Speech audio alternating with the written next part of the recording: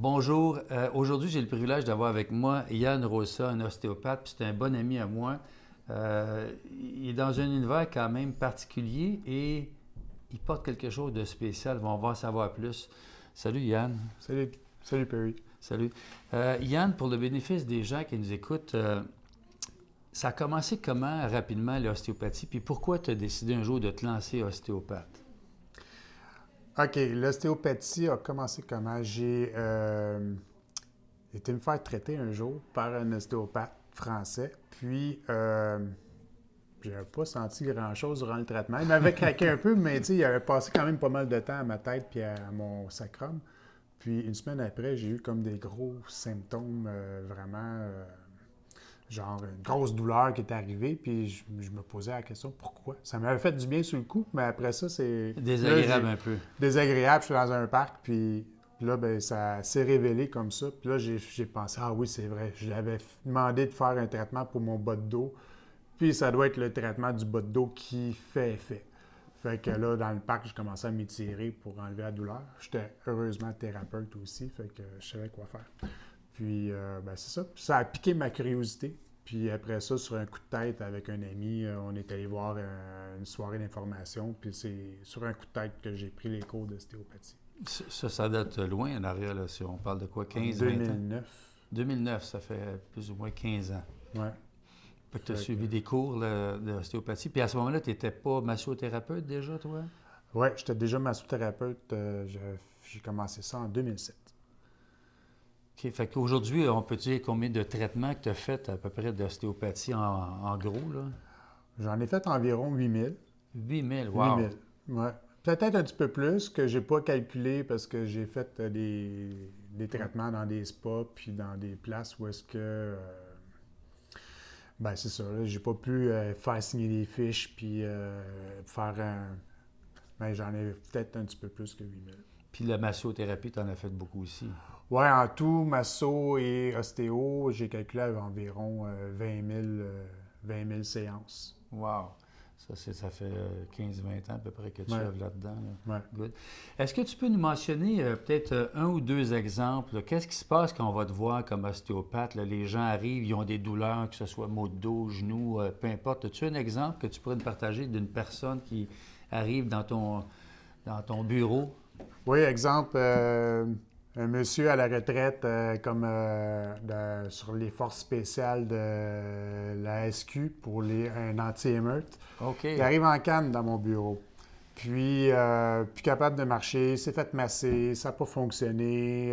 Ça fait un bout de temps qu'il est avec sa canne? Oui, ça faisait 1 mois et demi, 2 mois. OK. Puis là, ben, c'est comme en dernier recours, il vient me voir. Puis après ça, un traitement.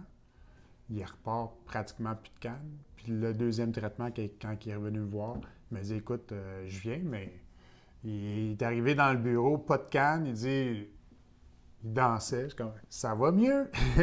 Fait que ça peut être fulgurant comme ça, les résultats.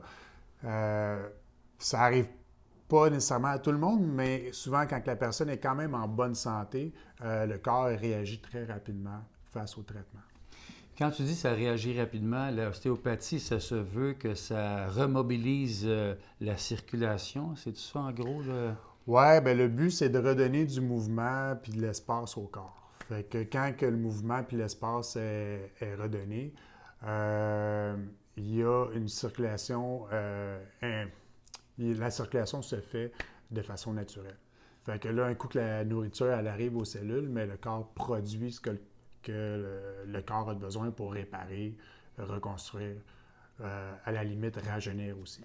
Puis, as-tu des outils spécifiques que tu utilises dans ta pratique là, au niveau de l'ostéopathie? J'utilise principalement la fasciothérapie et le pompage articulaire. En français, ça veut dire quoi, la fasciothérapie, pour qu'on comprenne? Le fascia, c'est un organe qui compose tout notre être, nos 3 dimensions, si on veut, là.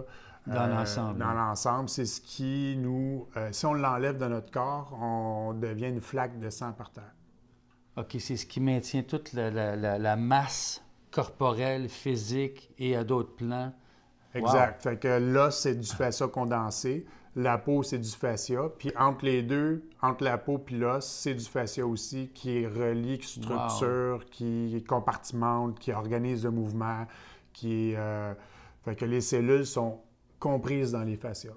À partir de là, quand on travaille le fascia, on travaille plusieurs dimensions, c'est-à-dire que le système nerveux est connecté avec, le système sanguin, le système veineux, le système lymphatique. Fait que lui, il fait l'intermédiaire avec les cellules. Fait que, exemple, si on est full stressé, le système nerveux va contracter le fascia parce qu'on est stressé face à un danger, puis ça va tendre le fascia pour être plus réactif rapidement.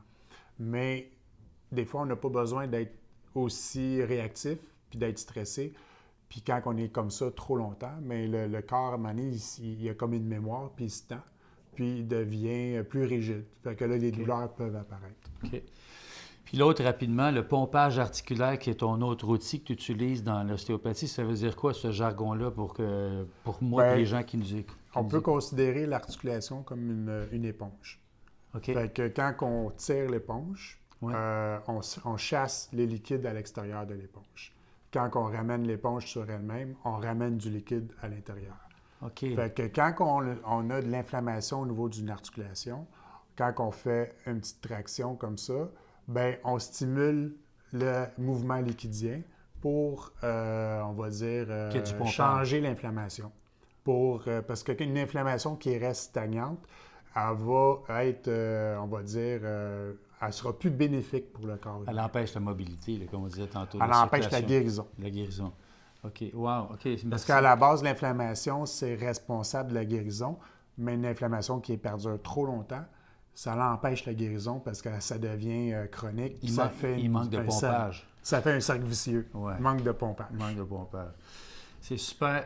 Rapidement, y a-t-il un autre exemple que tu peux nous partager parce qu'on comprend davantage quand y a-t-il des personnes que tu as rencontrées récemment qui sont arrivées avec d'autres problèmes que marcher avec une canne?